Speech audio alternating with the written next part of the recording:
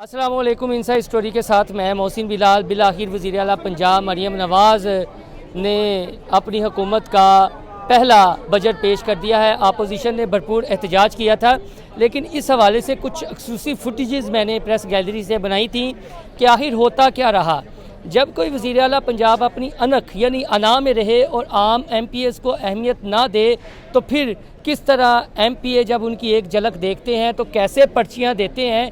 मेरे साथ PTI के नदीम कुरैशी साहब मौजूद हैं। नदीम कुरैशी साहब, माज़रत के साथ एक और बड़ा अच्छा क्लिप है। पहले मैं वो आपको क्लिप दिखा देता हूँ कि क्लिप क्या है जी। क्लिप है जी उज़मा बुखारी साहबा का।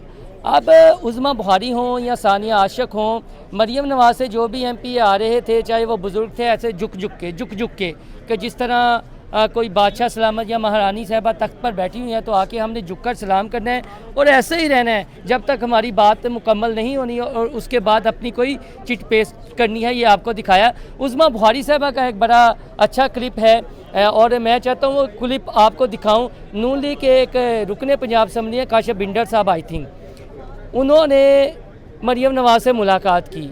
अब वो मरियम नवाज़ से मुलाकात करने गए तो मरियम नवाज़ कुछ खा रही थी, चाहे मेरे ख्याल में अब मकई कह लें, गर्मियों का मौसम है, चने कह लें, वो थे। तो उज़मा बुखारी साहबा से पीछे बैठे हुए रहा नहीं गया, तो उन्होंने मरियम नवाज़ साहबा को कहा, आवाज़ दी और मरियम नवाज़ साहबा ने देखा, फिर इग्नोर कर दिया, फिर आगे देखा और उज़मा बुखारी साहबा ने ऐसे अपना हाथ कर दिया। ये मेरा कैमरामैन अगर मेरे हाथ को दिखाना चाहे, इस तरह उज़मा बुखारी साहबा ने अपना हाथ कर दिया कि मैनू भी दे दो। तो फिर मरियम नवाज़ साहबा ने चंद जो है ना, चने थे, क्या थे, मकई थे, मैंने सवाल भी किया तो मुझे उन्होंने कहा जी कि ये कोई बात है, तो फिर आप भी ऐवान के अंदर बजट स्पीच सुनते। मैं यहाँ से बात शुरू करूँगा। मैंने उज़मा बुखारी साहबा को यहाँ पर पूछा कि मैडम वो जो आपको मरियम नवाज़ ने दिया खाने के लिए क्या थे? कहते हैं छोड़ो, आज बजट पे बात करो। लेकिन बजट पे तो पूरी तरह मुस्लिम लीग नून के किसी MPA ने तकरीर नहीं सुनी, जिस तरह वो मरियम नवाज़ को आकर सलाम करते रहे हैं। तो जब हम इस तरह के सवाल किया कि बता देना खाने के लिए क्या था, तो आगे से मैं तो मोहसिन साहब दुआ कर रहा हूँ आपका ये इंटरव्यू, आपका ये क्लिप, आपका ये छोटा सा प्रोग्राम, आपका ये शो, आपकी ये काविश, आपकी ये कोशिश, आपकी ये जुस्तजू आपने आज वॉच की है। मैं पिछले 4 माह से देख रहा हूँ कि जो चीफ मिनिस्टर बुनियादी तौर पे एक मेंबर पंजाब असम्बली होती हैं, मेंबर असम्बली होती हैं सूबे की, बिल्कुल वही अपने सूबे का, वो सिंध का हो या कहीं का भी हो, अपना उनसे कायदे-ए-अवान मुंतखब करते हैं। तो जिस तरह से मैं अरकान पंजाब असम्बली को देखता हूँ मरियम साहबा से, वो ज़ाती तौर पे मुझे उनका एहतराम है, खातून है, लेकिन जिस तरह से लोग उनसे डरते हैं और जिस तरह से अपनी ज़ाती महफिलों में ये इजहार करते हैं कि जी हम तो बात ही नहीं कर सकते, और कुछ अरकान असम्बली ऐसे हैं जिनकी 4-4, 5-5 माह उनसे मुलाकात नहीं हो सकती।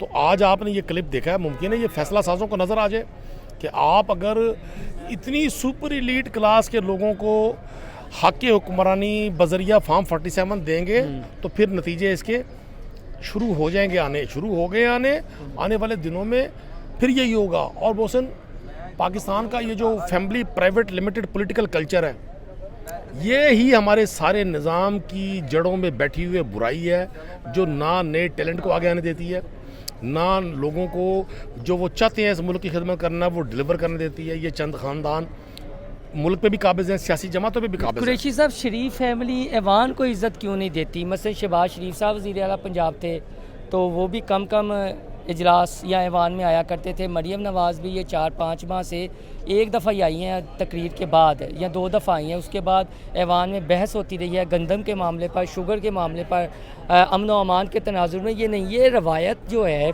ये कोई बादशाह सलामत ने अपने ज़ाती पैसों से ये ऐवान बनाया हुआ है या अवामी टैक्सों से बना हुआ है। और माज़रत के साथ ये आपके ही इत्तेहादी का दिया हुआ तोहफ़ा था चौधरी परवेज़ लाई साहब का, ना 7-8 अरब ज़ाया होते। पुरानी बिल्डिंग ठीक थी, जब यही कुछ होना था तो फिर पुरानी बिल्डिंग ठीक नहीं थी, और इसी तरह अगर इसका तकद्दुस पामाल होना था। आपने पहले तो एक बड़ा अच्छा सवाल किया कि जी ये अपने अरकान असम्बली को इज़्ज़त क्यों नहीं देते। मुझे पहले का तो नहीं मालूम, क्योंकि अब पाकिस्तान की आवाम ने इनको इज़्ज़त देनी छोड़ दी है, इन्होंने भी फिर लोगों को इज़्ज़त देनी छोड़ दी है, कहते हैं जैसे को तैसा। ये इस वक्त जितने भी जमातें हैं ना पाकिस्तान में काबिज़, वो MQM हो, वो PMLN और वो पीपल्स पार्टी हो, ये अब पाकिस्तान की आवाम से इंतकाम ले रहे हैं। इनको लोगों ने तो वोट दिए नहीं है, इनको तो वोट मिले हैं फॉर्म 47 पे, इनका फॉर्म 47 साइड पे कर दे, ओरिजिनल फॉर्म 45 गिने, ये 12 लोग होंगे इस असेंबली में। ये मेरी जो मोहतरमा यहाँ तशरीफ़ फरमा है पूरे लाओ लश्कर के उसमें साथ। मरियम नवाज होंगी। मरियम नवाज साहबा तो भाई मार शराफत से लेकिन हार गई थी। और मैं तो यकीन करें पूरी कुरानी आयात लिखी हुई हैं असम्बली की छत के ऊपर, बड़ा खूबसूरत हाल है, दुरूद शरीफ लिखे हुए हैं। मुझे तो हैरानी इस बात की है, हम बार बार यहाँ ऐलान करते हैं ये मुक़द्दस आवान है। मुक़द्दस वो जगह होती है जो पवित्र हो, जो पाक हो। ये पाक इसलिए भी है कि यहाँ अल्लाह के पाक कलाम कुंदा है, दुरूद शरीफ लिखी हुई है। तो ये वहाँ जब झूठे हल्फ उठाकर बैठेंगे तो इनसे कैसे बरकत आएगी, इनसे कैसे ब्लेसिंग आएगी, इनसे कैसे खैर पहुँचेगी। आपने जो चीज़ें वॉच की ये तो थोड़ा सा अमल है। यहाँ तो किसी की ज़रूरत नहीं है कि मैडम की गुफ्तगू के दौरान उनको स्नैप कर ले। मुझे तो ऐसा लगा कि शायद मरियम नवाज इन्हें मिलती भी नहीं है, वो ही एक बस ठीक मैं है क्या जो तो रहा हूँ ना जिस साहब। तरह वो झुके हैं। वो ये कहते ने भी तुसी सानू वोट देते हैं, हाँ। तुसी मामे लगते हो। ओए होए होए होए, अच्छा। जी हाँ, जिन्होंने इनको वोट दिए वो उन्हीं की रिस्पेक्ट करती हैं। वो वोट है फॉर्म 47 पे, अभी कभी राज खुलेगा, कभी कोई आपकी तरह का नौजवान इन्वेस्टिगेटिंग जर्नलिज्म वाला सहाफ़ी 10-12 साल के बाद कोई बुक लिखेगा तो इस पे बुक भी लिखी जाएगी और पूरी मूवीज़ जल्दी बनेंगी। इंशाल्लाह ताला जल्दी बुक भी लिखी जाएगी। बहुत शुक्रिया आपका। मायरा ये बताएं, ये जो बजट है ये ख़वातीन है या नहीं? देखिए जी, अगर आपको ये चीज़ इस बात का इल्म हो कि जो चीज़ें आप इस्तेमाल करते हैं उनसे डबल 50% महंगी हमारी चीज़ें हैं, तो इससे तो मुझे यही मालूम होता है कि इन्ना दा भी एहतसाब होना चाहिए कि आखिर ऐसा क्यों है। मतलब ख़वातीन की अगर कोई कॉस्मेटिक की चीज़ें हैं या रोज़मर्रा इस्तेमाल करने वाली चीज़ें हैं वो महंगी है बनिस्बत जो मर्द इस्तेमाल करते हैं चीज़ें वो सस्ती हैं, तो ऐसा नहीं होना चाहिए। बाकी मेकअप जो है उसके ऊपर अभी यही हमें सुनने में पता चला है कि टैक्स नहीं लग रहा। टैक्स जो है, मुबारक हो फिर आपको। हाँ, टैक्स नहीं लग रहा। जो पुराना टैक्स होगा तो उसी के ऊपर सब अच्छा, लिबास की किसी भी बड़े इवेंट पर बहुत ज़्यादा अहमियत होती है लिबास की। वज़ीर आला पंजाब मरियम नवाज साहबा जो आज जिस रंग का लिबास पहन कर आई, आपको क्या लगा? ये बहार का रंग था, क्या था? जो PTI के हैं राना शहबाज, उन्होंने ये कहा है कि जिन्हों बंदा झूठ बोले ना, झूठ ते रंग पीला पै जाता है ते उस देखिए, यहाँ पर वो बहार का रंग तो पहन के आई थी क्योंकि उनकी तरफ से तो बहार ही थी, उन्होंने तो बजट पास करना ही करना था। लेकिन जो अपोजिशन थी या फिर आज पीपल्स पार्टी ने भी बाइकाट कर दिया, तो फिर उन्होंने MP अंदर बैठी हुई है शाजिया बस साहबा ते दिगर, वो तो बस वैसे ही भेजे थे उन्होंने, 2 भेजे थे अपने MPs भेजे थे। लेकिन चूंकि दिक्कत। पार्लिमानी लीडर नहीं थे, पार्लिमानी लीडर ने बाइकाट का कहा और बाकी MPs को अंदर नहीं भेजा, तो उन्हें भी अब तहफ़्फ़ुज़ात का इजहार उन्होंने कर दिया। आप देखिए आगे क्या करते हैं। मरियम नवाज ऐवान को कितनी अहमियत देती हैं? आपने भी आज देखा होगा, खबरदारी के बाद एक बार आई थी, उसके बाद अल्लाह माशाल्लाह चाचा जी की रवायत को ज़िंदा कर रही है कि नहीं आना में थे। CM पंजाब, हाँ। CM पंजाब और चाचा PM पाकिस्तान तो फिर ऐसा तो होगा ना, ऐसे कामों में ऐसा तो होता है ना। तो वो तो भाई लीडर है, वो कहाँ आएंगे यहाँ पर ऐवान में आके बैठेंगे, यहाँ पर मिसाइल ऐसे नहीं हल होंगे। वो हाँ विज़िट कर रहे अपने चाचा की तरह, वो एक दिन का जो PM बना दिया जाता है या CM बना दिया जाता है और वो धड़ाधड़ जाके कर रहा होता है, मुख्तलिफ दुकानों पे जाता है, वो बंद करवा देते। तो ये मिशन उन्होंने जारी रखा है, लेकिन अभी आगे न जाने देखे क्या होता है पाकिस्तान का हाल। बजट तो आ गया है लेकिन अवाम तो उस बजट अब भी नहीं आया, तो पाकिस्तानी अवाम तो रिलीफ का इंतज़ार कर रही है जो कि पता नहीं कब आएगा, पता नहीं कब आएगा। पता नहीं कब आएगा। ये जो काला कानून है और आज बाइकाट भी हुआ, तो उस पर हुकूमत ने सहाफ़ियों को मनाया भी नहीं है, तो आगे सहाफ़ियों का क्या देख रहे हैं मरियम नवाज की रजीम में? देखिए, अब मैं ये सच्ची बातें करने लगी हूँ। सच्ची करो, सच्ची बातें ये है कि अब सहाफ़ी सच नहीं बोल सकता, ठीक है। सच बोलेगा तो आप किसी भी आर्टिकल के ज़रिए उसको जेल में भेज दिया जाएगा वो। तो ये बस खुद को बचाने के लिए कि कोई सच ना बता दे कि हमारे मुल्क में क्या हो रहा है या हम लोग क्या कर रहे हैं, तो ये पाकिस्तान का निज़ाम जब तक ऐसे चलता रहेगा, पाकिस्तान में तब्दीली नहीं आएगी, पाकिस्तान नहीं तरक्की कर सकता। तो इन्होंने बस अपने अब खुद को महफूज रखने के लिए इन्होंने ये जो बिल पास करवाया है, और बाकी पीपल्स पार्टी ने इसके अगेंस्ट पीपल्स पार्टी रही और नून लीग खुश है। तो अब आप कोई भी सोशल मीडिया पे तो इनके ये जो against नहीं 7-8 campaign कर अरब सकते। लगाया चौधरी परवेज़ लाई ने भी अपनी सल्तनत बनाने की कोशिश की, वो यहाँ पर आए, तनकीद नहीं कर रहे लेकिन अवामी पैसा था। ये जिस तरह की नूरा कुश्ती होती है, मछली मंडी बन जाता है। जब तहजीब नहीं होगी बाप का तो किस तरह ये अवाम, फिर आप पुरानी असम्बली में ठीक थे और ये रवैये अवाम दोस्त हैं। देखिए, ये सल्तनत हमेशा के लिए नहीं रहती है। आज इनके पास है तो ये कल किसी और के पास होगी, तो लिहाजा इन्हें इसकी हिफाजत करनी चाहिए। और ये अगर इसकी हिफाजत ये नहीं करेंगे तो फिर दूसरे तो तनकीद का निशाना बनाएंगे ही।